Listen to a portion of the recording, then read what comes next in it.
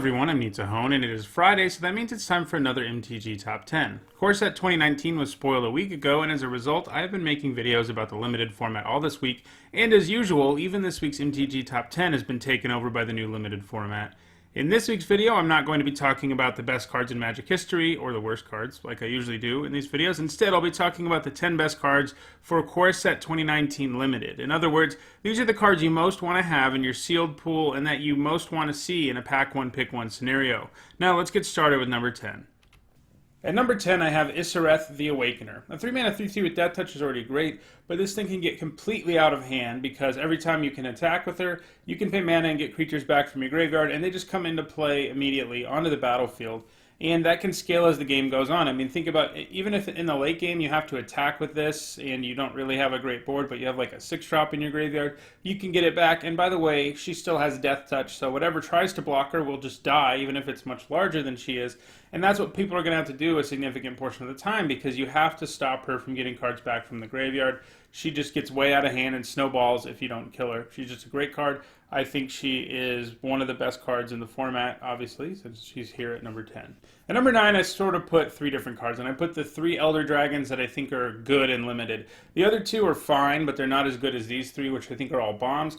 The reason they're sort of held to the number 9 slot is mostly because they're all 3 colors. If they were all 1 color, they would definitely be higher, but being 3 colors makes you want them a little less as a pack one, pick one. But I think all 3 of these are so strong that you take them in a pack one, pick one scenario and try to make sure you can build a mana base that works for them.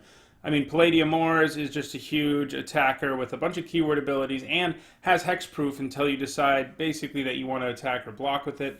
Nicol Bolas, on the face of it, he's not incredible. A 4-mana 4/4 with flying that makes your opponent discard something is good, but not incredible. But what's ridiculous is, in the late game, he turns into an absurdly powerful Planeswalker, Nicol Bolas the Arisen, who can draw you cards, can do 10 damage to things, can bring things back from the graveyard, and if you get to that ultimate, your opponent just loses the game. So the thing about Nicol Bolas that's so great is that it's good before it flips, and after it flips, your opponent's just dead, basically. So, and then there's Chromium, who sort of like Palladium-Mors has hexproof, but it also has flash, which I think is really good. You can flash it in to kill. Basically, there aren't that many creatures in the format bigger than Chromium, so flashing this in to kill something is a pretty realistic thing to do.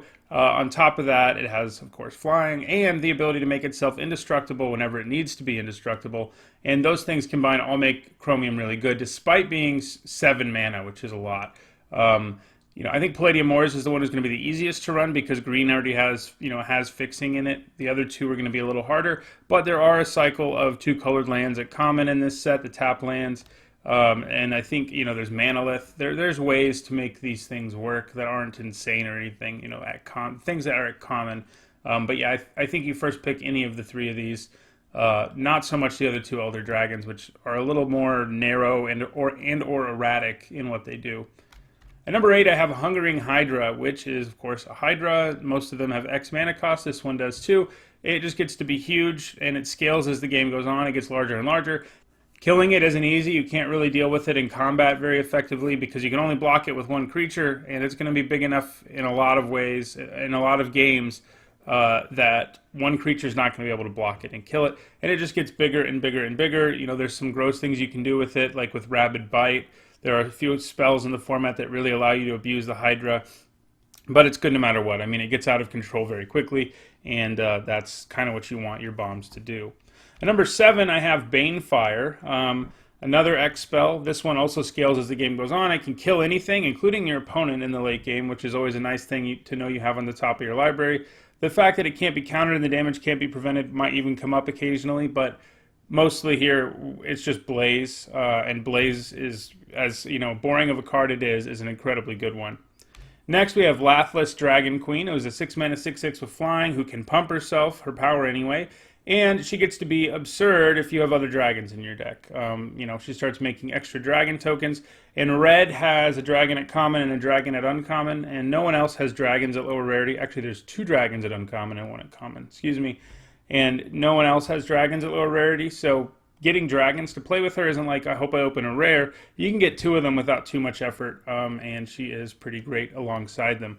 At number 5, I have another red dragon, Demanding Dragon, a 5-mana 5/5 flyer. There's actually an inordinate number of really good flyers on this list. Lots of flyers in this set that are bombs.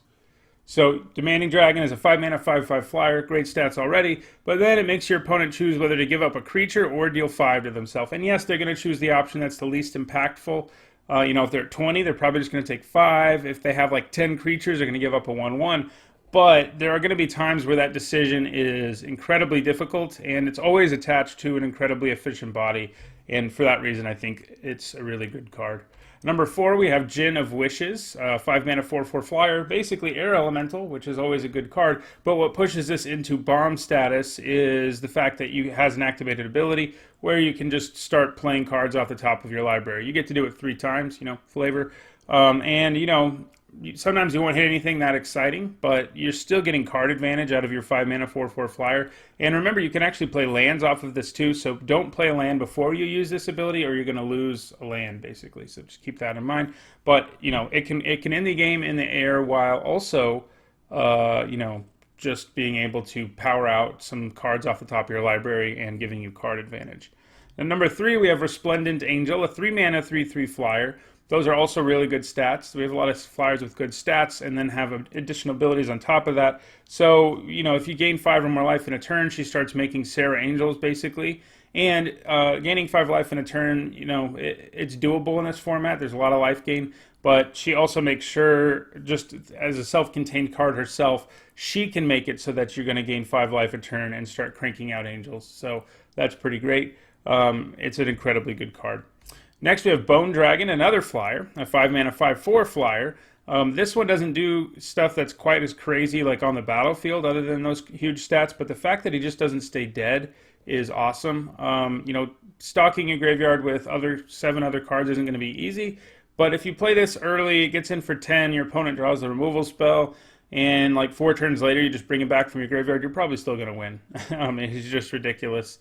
And, easy enough to get back from the graveyard and has incredible stats. And at number 1, we have the only Planeswalker on this list. The other 4 in this set are not quite bombs to me, although Ajani's the next closest. But like Liliana and Sarkhan aren't actually that impressive. As they're not bombs. But Tezzeret is. He is crazy. He's the kind of Planeswalker who simultaneously can protect himself and pressure your opponent with the creatures it makes.